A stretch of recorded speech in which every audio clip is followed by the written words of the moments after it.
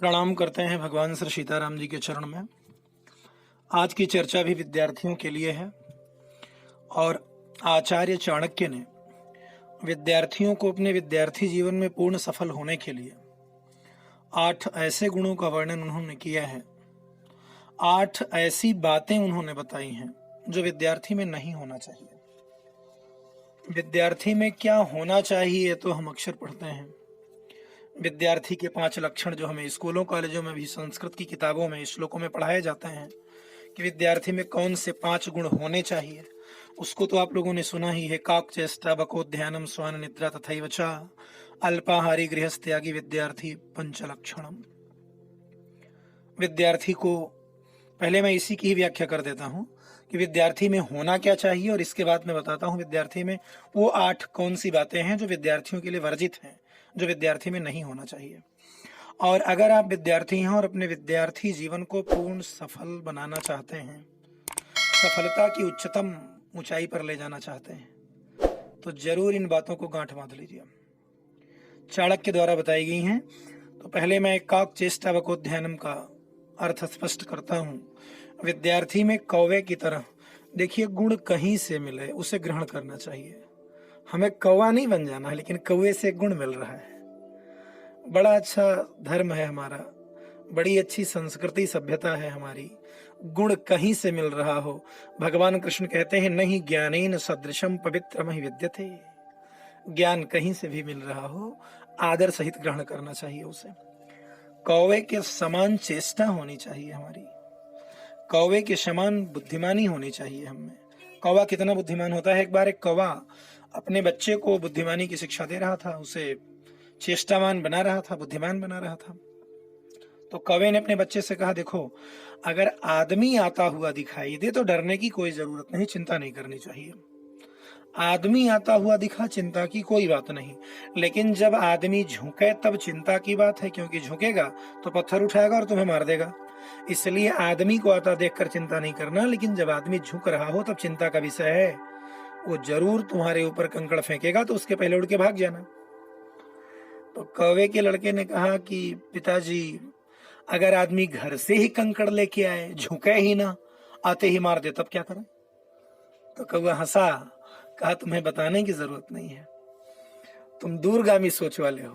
तो विद्यार्थी की सोच इतनी अच्छी होनी चाहिए, वह आवश्यकता से ज्यादा विचार कर सकता हो, चेष्टावान हो।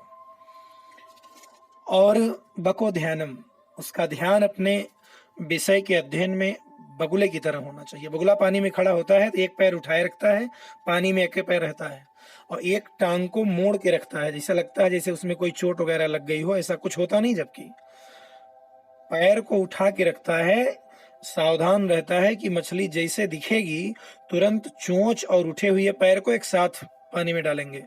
ऐसा ना हो कि जब मछली आए तब हमको एक टांग उठाना पड़े, क्योंकि तब टांग उठाएंगे, पानी हिलेगा, मछली भग जाएगी। उसके पहले से ही पूरी सावधानी से वो सतर्क रहता है।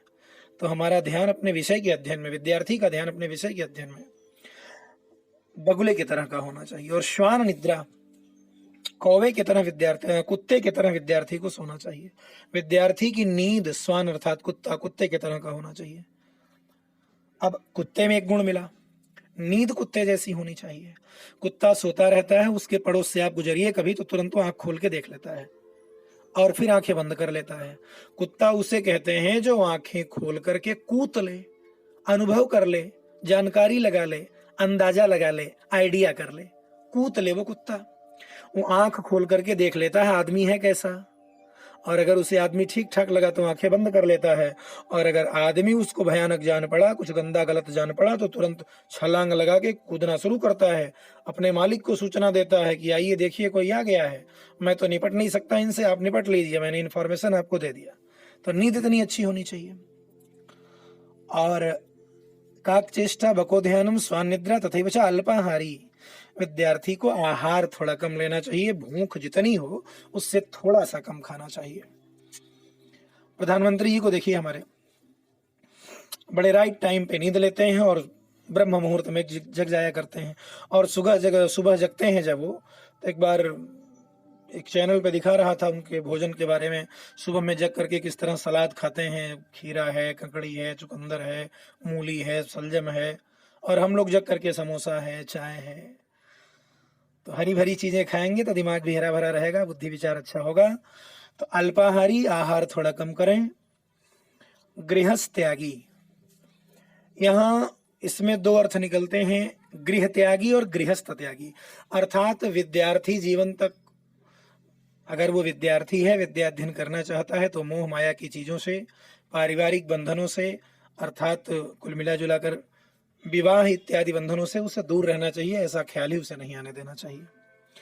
और इसका अर्थ गृह त्यागी भी होता है। अब ये चूंकि आज समय नहीं रह गया, पहले आश्रम पद्धति वाली पढ़ाई थी तो विद्यार्थी गुरु के यहाँ रहता था, आज वो गृह त्याग करे तो फिर जाए कहाँ। लेकिन अगर संभव हो तो अगर कोई इस तरह का महापुरुष मिल रहा हो, इस तरह के कोई गुरु मिल रहे हो, तो थोड़ा समय उनके पास गुजारना चाहिए, वहां भी बुद्धि प्रखर होती है। ये विद्यार्थी के 5 लक्षण हैं। कौवे की तरह चेष्टा वाला हो, बगुले की तरह ध्यान वाला हो, निद्रा कुत्ते जैसी हो, आहार हल्का करने वाला हो, गृहस्थ त्यागी हो, अर्थात वैवाहिक जीवन से दूर रहने वाला हो विद्यार्थी जीवन तक। ऐसा नहीं कि उसे इससे दूर रहना है, जब तक विद्या अध्ययन चल रहा है। ये 5 लक्षण हैं विद्यार्थियों के, ये हम विद्यालयों में भी पढ़ लेते हैं। लेकिन वो 8 गुण कौन से हैं जो विद्यार्थी के लिए, वो 8 बातें कौन सी हैं जो विद्यार्थी के लिए पूरी तरह से वर्जित हैं? परहेज बहुत आवश्यक है, दवा तभी पूरी असर करेगी। आप इनको आज सुनिए और इसे अपने जीवन में लाइए, और आप इतना सफल होंगे, इतना आगे जाएंगे जिसकी कल्पना आपने नहीं की है। अन्यथा केवल विद्या अध्ययन में समय बर्बाद होगा, और न इस घाट के रह जाएंगे न उस घाट के। चाणक्य कहते हैं, कामम क्रोधम तथा लोभम स्वादम श्रृंगार कौतुके अतिनिद्रा अतिसेवा विद्यार्थी ही अष्ट वर्जयेत। विद्यार्थी के अंदर काम भावना नहीं होनी चाहिए, व्यभिचार नहीं आने देना चाहिए, चंचलता नहीं होनी चाहिए। अब अगर हम चाहते हैं कि ये काम वासना, ये व्यभिचार, ये चंचलता, ये मन का भटकाव ना आए, तो उसके लिए हमें अश्लील गानों से, अश्लील फिल्मों से, गंदे सीरियलों से और मोबाइल के अत्यधिक प्रयोग से बचना चाहिए। नहीं बचेंगे, हानि आपका होगा। मोबाइल का चूंकि युग है तो आपके शिक्षा से संबंधित जहां तक संभव है यूज कर लीजिए, बाकी इससे ज्यादा नहीं। और फोन की बात आए तो विद्यार्थी जीवन में 2-1 बड़े खास मित्रों से आप संपर्क रखिए, जिनसे विद्यार्थी जीवन की कुछ समस्याओं का समाधान होना हो, कुछ सूचनाएं मिलनी हो। इससे ज्यादा बोझ ना बनाइए, सिर्फ नुकसान होगा। इन बातों पर गौर कीजिए, मैं जो कह रहा हूं अगर आप मानेंगे तो आप अपने जीवन को महान बना के लौटेंगे। आज आप उस मोबाइल को छोड़िए, मोबाइल कंपनी के मालिक जैसी औकात आपकी होगी। मोबाइल का यूज कीजिए, बस इतना ही। बाकी माता पिता से बात करना है, आप बाहर रहते हैं, जरूर रखिए। और अगर कोई खास इस तरह का व्यक्ति जीवन में हो जिससे बात करके मन शांत होता है, मन को आनंद मिलता है, मन भगवान की तरफ जाने वाला हो, तो किसी एक ऐसे से भी आप संपर्क रखें, बाकी किसी से रखने की जरूरत नहीं। तो विद्यार्थी को काम से बचना है। क्रोधम, विद्यार्थी को क्रोधी नहीं होना चाहिए। कितने विद्यार्थी ऐसे हैं कि क्रोध आ गया तो पूरे दिन भोजन नहीं करते, पूरे दिन लेटे रहते हैं। याद रखिए, क्रोध स्मरण शक्ति का ह्रास करता है।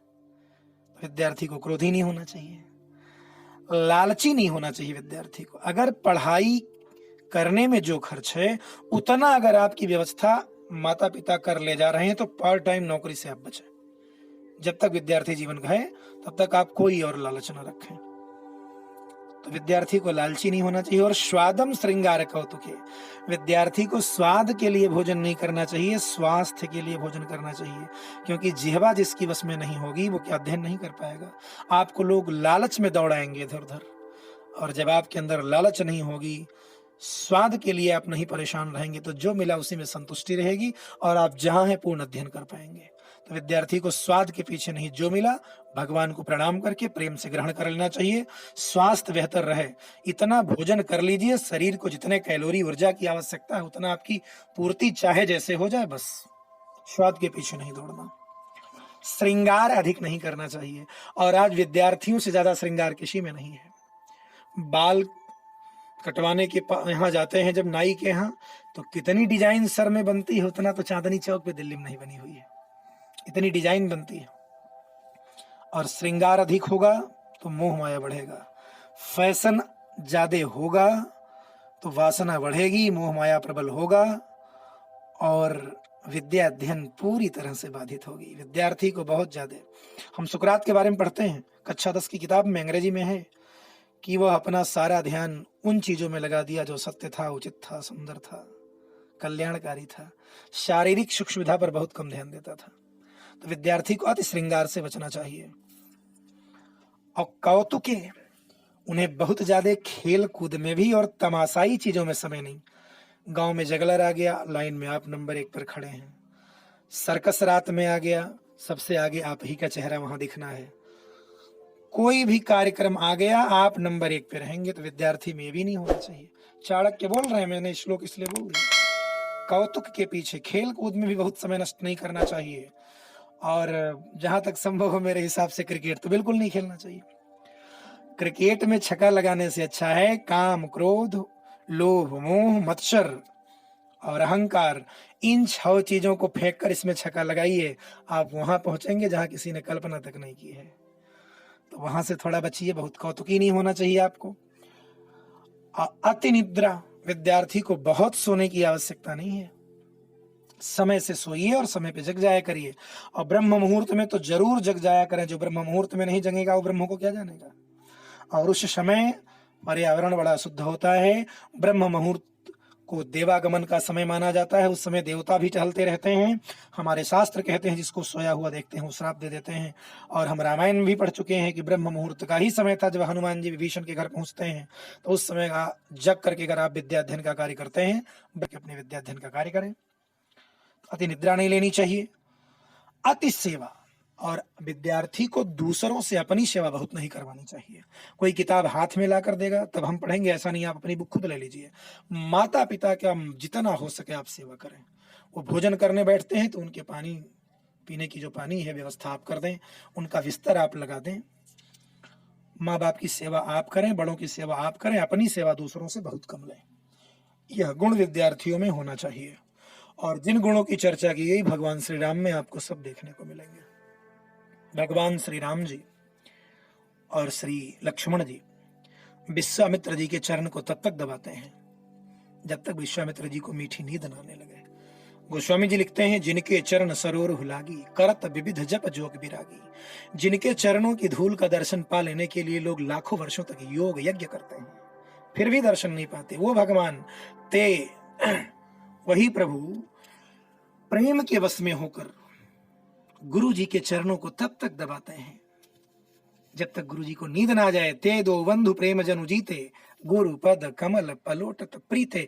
मौका मिले तो माता पिता और गुरु के चरणों की सेवा करनी चाहिए, उनका आशीर्वचन प्राप्त करना चाहिए। तो विद्यार्थी में 5 गुण कौन से होने चाहिए मैंने उसकी चर्चा की। और कौन सी 8 बातें विद्यार्थियों के लिए वर्जित है मैंने वो भी कहा। भूल जाए तो इसको रिपीट करके सुना करिए, वीडियो को कई बार सुनिए और एक एक करके इन गुणों को आप अंदर ला के देखिए। आप विद्यार्थी जीवन में सफल होकर के वहां बैठे होंगे जहां वास्तव में आपने भी कल्पना नहीं की होगी। कुछ आपके लिए अप्राप्य नहीं होगा, दुर्लभ नहीं होगा, बस आप इन गुणों को अपनाइए। तो आप जिस रास्ते पर चल रहे हैं विद्यार्थी जीवन में, विद्यार्थी और साधु में बहुत अंतर नहीं होता।